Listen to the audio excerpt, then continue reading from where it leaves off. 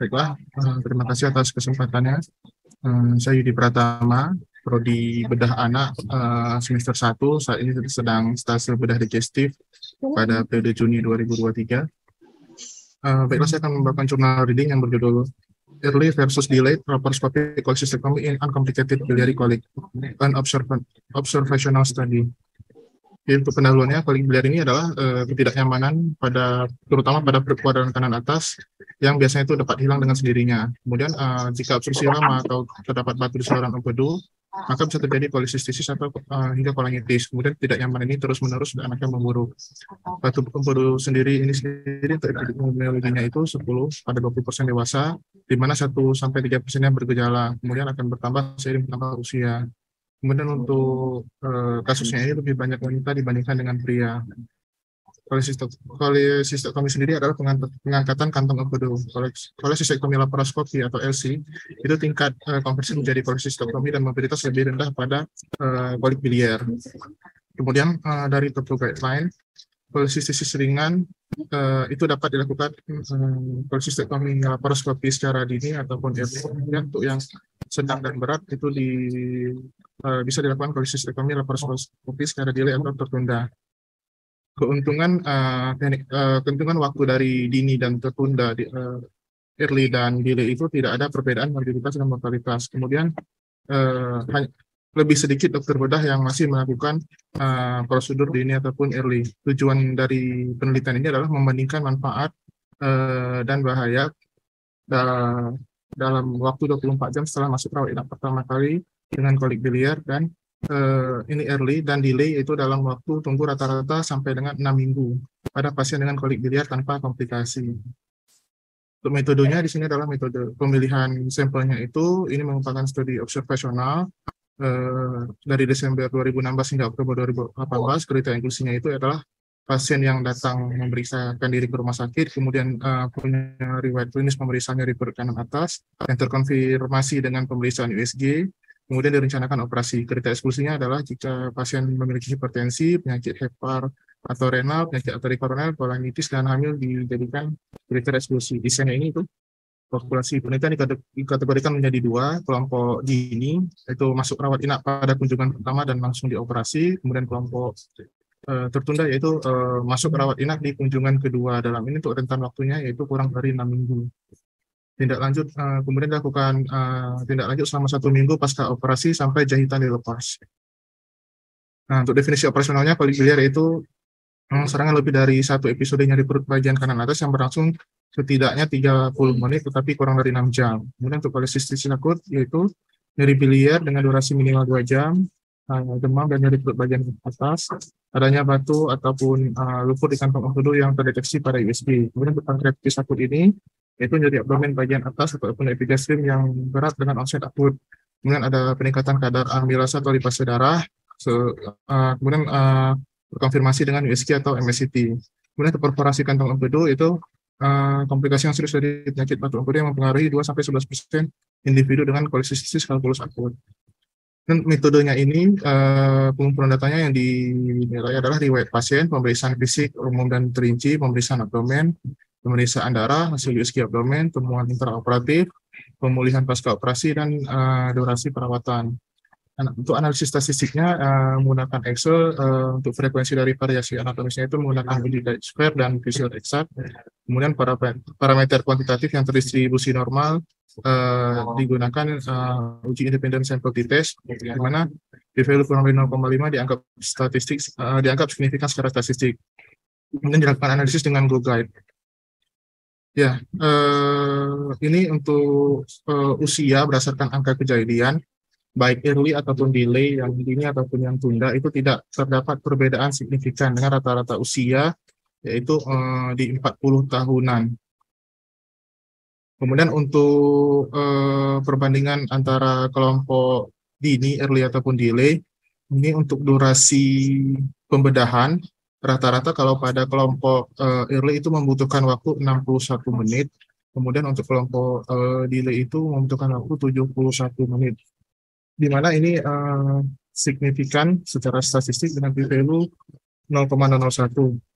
Kemudian ini juga Sama untuk durasi perawatan pada kelompok yang early itu 2,18 hari, sedangkan plus minus 0,3. Kemudian untuk yang delay ataupun yang tunda itu 2,68 hari. Sedangkan untuk yang terkonversi dari laparoskopi menjadi open itu tidak berpengaruh secara signifikan, sama-sama satu baik di kelompok early ataupun delay. Kemudian untuk komplikasi juga tidak ada pengaruh secara signifikan, walaupun secara angka lebih banyak yang mengalami komplikasi yang delay dibandingkan dengan yang early. Nah, diskusi dari penelitian ini adalah dalam penelitian ini perempuan lebih banyak mengalami kasus kolesistisis dibandingkan dengan laki-laki. Hal ini dipengaruhi dari kadar estrogen yang lebih tinggi pada wanita sehingga terbentuk batu empedu. Kemudian hal ini juga bisa terjadi pada wanita yang menggunakan terapi pengganti hormon pasca menopause, sehingga bisa meningkatkan peningkatan terbentuknya risiko batu empedu. Kemudian untuk durasi perawatan di rumah sakit dan operasi secara signifikan ini memang lebih rendah pada kelompok yang early. Ini sejalan dengan penelitian dan hasil penelitian Guru Sami et al. Kemudian untuk CDP et al, early laparoskopik sistektomi ini berhubungan dengan masa rawat inap yang lebih pendek. Ini sesuai, tetapi justru waktu operasinya lebih lama. Ini yang tidak sesuai di penelitian ini. Kemudian pada kelompok komplikasi pada kelompok yang delay itu lebih banyak dibandingkan kelompok ini, tetapi ini secara statistik tidak terlalu berbeda secara signifikan. Menurut penelitian Moody et al, kolesistektomi yang delay itu memiliki risiko gangguan empedu sekitar hingga 20%. Ini berdasarkan penelitian meta-analisis random test. Tetapi ini berbeda dengan penelitiannya, penelitian yang ada di sini. Kemudian yang et al menyebutkan tidak ada perbedaan antara kelompok kolesistektomi dini dan akhir dalam gangguan empedu. Kemudian ini tingkat konversi yang dari laparoskopik menjadi open, itu tidak ada perbedaan secara signifikan baik di antara kedua kelompok. Nah, ini sesuai dengan penelitian Walai et al, untuk konversi lebih tinggi pada kelompok kolesistektomi yang tertunda, tetapi tetap tidak ada perbedaan yang signifikan secara statistik. Kemudian CDP et al juga tidak ada perbedaan dalam tingkat konversi antara early laparoscopic kolesistektomi dan delay laparoscopic kolesistektomi. Kemudian untuk keterbatasan penelitian ini adalah tidak adanya randomisasi, di mana sampel itu diambil berdasarkan rentang waktu dari 2 Desember 2018 hingga 2022. Itu dibagi berdasarkan kelompok 40-40, tidak ada randomisasi, menggunakan total sampling. Kemudian ukuran sampelnya juga kecil, kedua kelompok ini masing-masing hanya 40. Disebutkan ini data dari satu pusat, tapi tidak disebutkan apakah data ini hanya dari satu DPJP.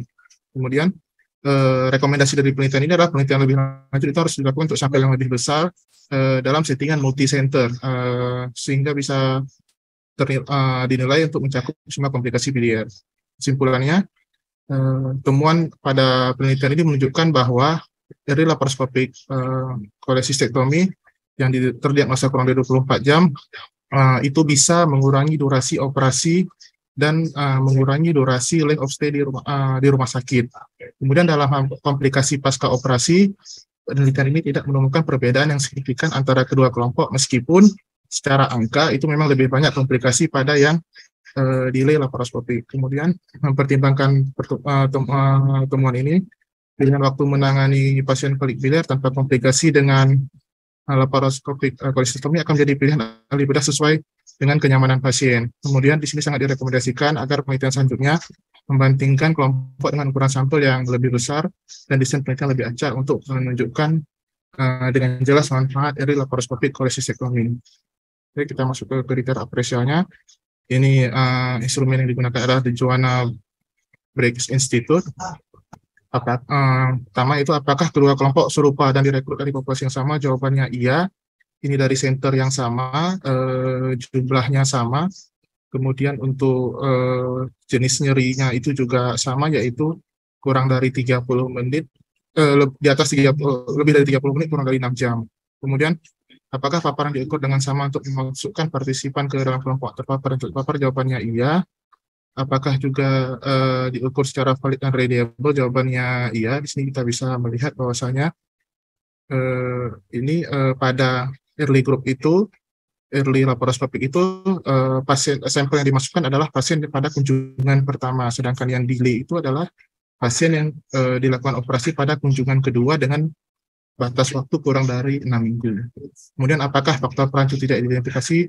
Di sini tidak teridentifikasi faktor perancu dengan jelas, walaupun di penelitian dimasukkan kriteria-kriteria eksklusi seperti tadi ada penyakit hipertensi, penyakit hati, wanita hamil, kemudian tetapi yang menjadi perancu tidak teridentifikasi dengan jelas. Apakah strategi untuk mengatasi faktor perancu telah disebutkan? Ya tentu saja tidak, karena faktor perancu juga tidak teridentifikasi. Kemudian apakah kelompok tidak memiliki outcome saat mulainya penelitian atau paparan? Jawabannya iya. Di sini langsung dilakukan kriteria eksklusinya bahwasanya yang hipertensi tidak terkontrol, penyakit ginjal, penyakit hati, penyakit arteri koroner itu tidak dimasukkan ke dalam penelitian. Kemudian apakah iuran diukur dengan cara yang valid dan reliable? Ya, jawabannya iya. Di sini kita bisa melihat bahwasanya yang yang diukur adalah waktu durasi operasi, length of stay, kemudian konversi menjadi open, kemudian komplikasi. Apakah waktu dan tidak lanjut dilakukan cukup lama hingga iuran dapat terjadi? Tidak, karena ini follow up hanya dilakukan selama 1 minggu hingga benang di up. Kemudian apakah tindak lanjut dilakukan dengan lengkap, dan apabila tidak, apakah loss follow up dideskripsi dan selidiki? Di sini 40 pasien yang diinklusi masuk dalam analisis. Kemudian apakah strategi untuk menangani tindak lanjut yang tidak lengkap digunakan? Ini tidak dapat diterima karena tidak lanjut lengkap. Dan apakah analisis statistiknya itu sudah tepat? Ya, ini sudah tepat menggunakan Dicey dan Fisher exact test. Baik. Sekian presentasi jurnal reading dari saya. Mohon masukan ya, dokter. Terima kasih. Terima kasih, dokter siapa? Dokter Yudi ya. Yudi, dokter. Ya. Terima kasih telah memberikan presentasi dengan sangat baik sekali tentang early dengan delay laparoskopik koleksektomi. Monggo silakan dari audiens ada yang akan memberikan pertanyaan atau komentar. Dari residen, monggo silakan.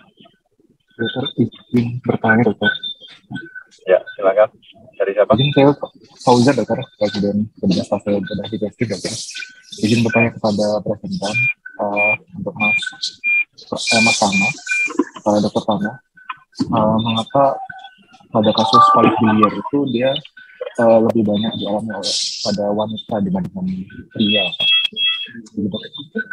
Monggo, Dokter Tama. Ya, baik. Terima kasih, Dr. Fauzan, atas pertanyaannya. Memang pada penelitian ini sebenarnya secara total itu lebih banyak pada wanita dibandingkan dengan pria, meskipun pada kenyataannya yang pada delay laparoskopik itu lebih banyak yang laki-laki ya. Nah, namun di sini dari hasil teori yang didapatkan dari jurnal ini adalah karena kadar utamanya itu karena kadar hormon estrogen, di mana hormon estrogen pada wanita itu lebih tinggi, sehingga lebih gampang terjadinya proses pembentukan batu saluran empedu, sehingga ini mempengaruhi epidemiologi kenapa batu kolesistis itu lebih banyak terjadi pada wanita. Oke, demikian seperti itu, Dr. Fauzan. Pertama, terima kasih. Terima kasih, dokter.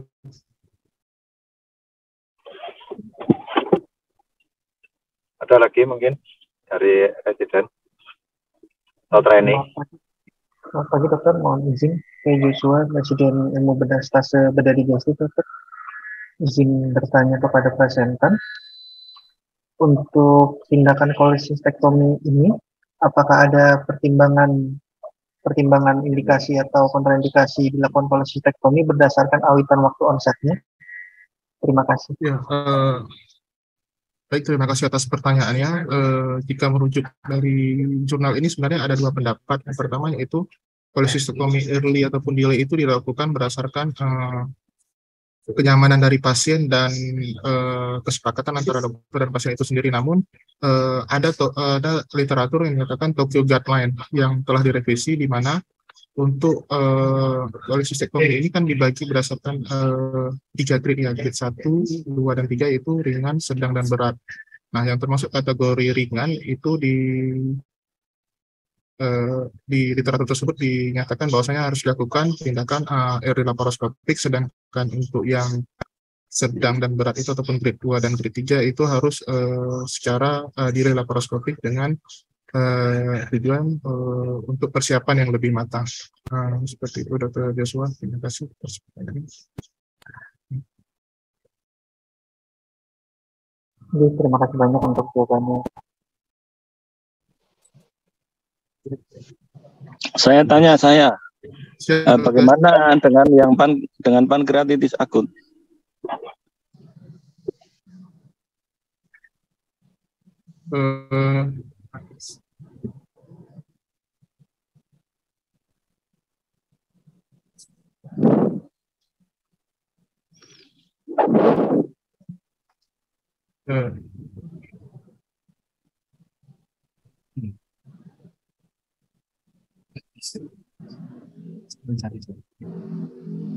Dokter, untuk pankreatitis akut nanti saya cari tahu lagi, dokter. Maaf, ya. Kan tadi harus dimonitor, diperiksa amilase lipasenya, kemudian dikonfirmasi dengan USG-nya gitu loh. Tadi kan ada itu. Oh, siap, betul. Itu Ya, gimana pasien dengan pankreatitis akut itu dioperasi juga atau tidak?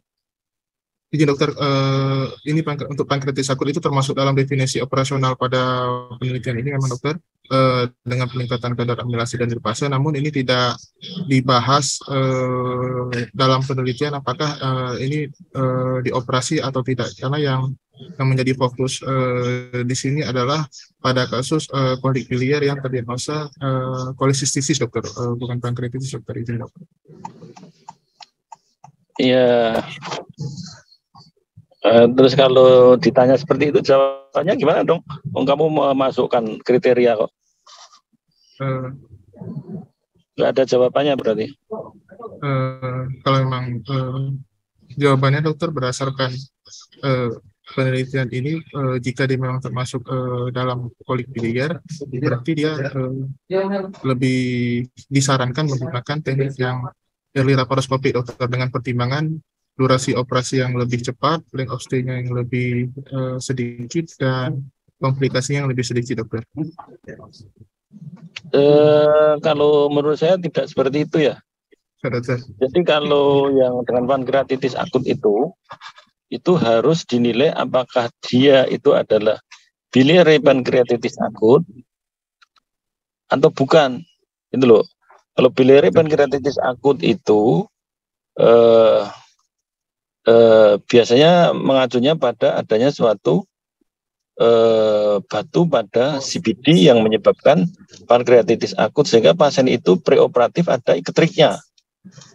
Kecuali kalau mereka itu sudah ahli sekali eksplorasi CBD, nah itu mungkin nggak masalah. Dan itu memang harus segera dilakukan tindakan operasi, justru tidak boleh delay seperti itu. Ya. Ya. Terima kasih. Terima kasih banyak, dokter.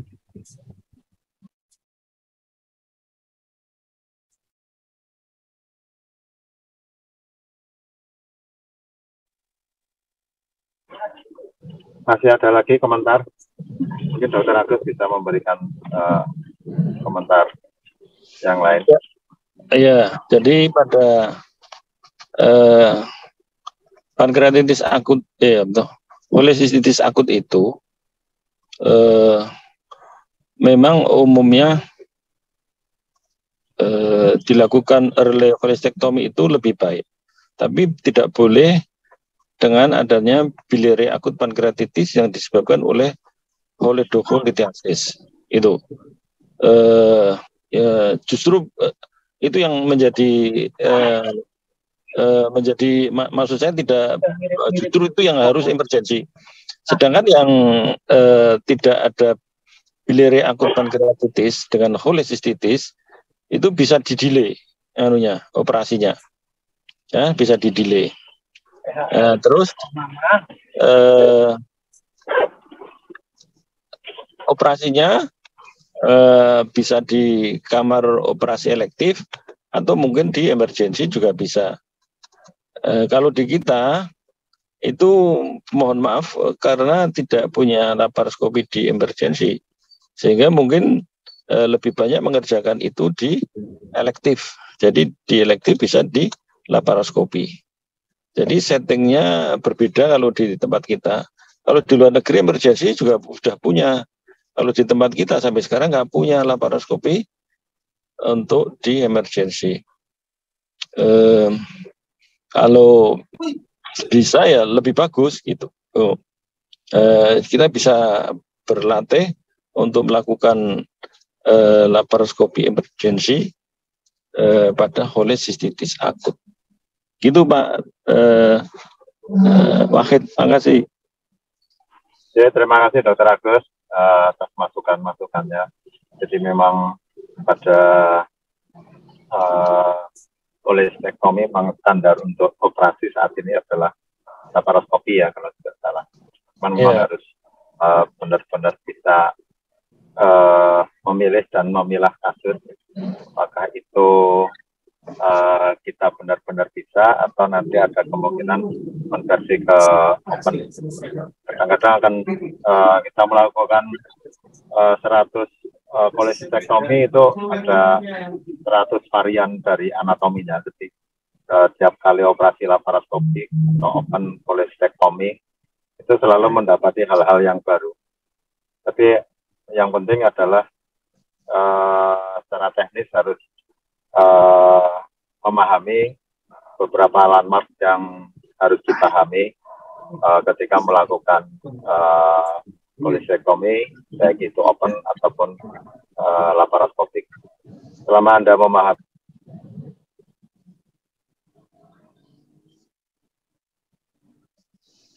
Mati nggak Pak Wahid meninggal nganunya. Landmark yang ada.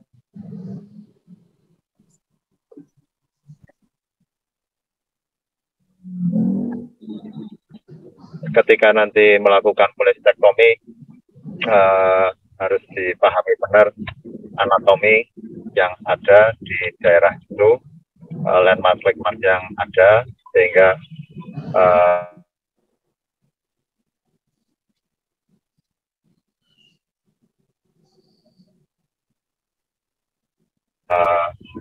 komplikasi.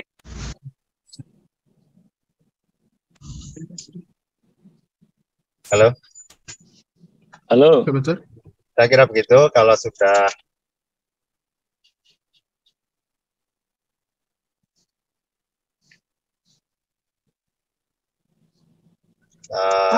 tidak ada pertanyaan lagi hari ini. Terima kasih pada dua presentan yang telah memberikan presentasi dengan sangat baik. Terima kasih pada semua audiens, Dr. Agus Parmawi yang sudah memberikan banyak masukan.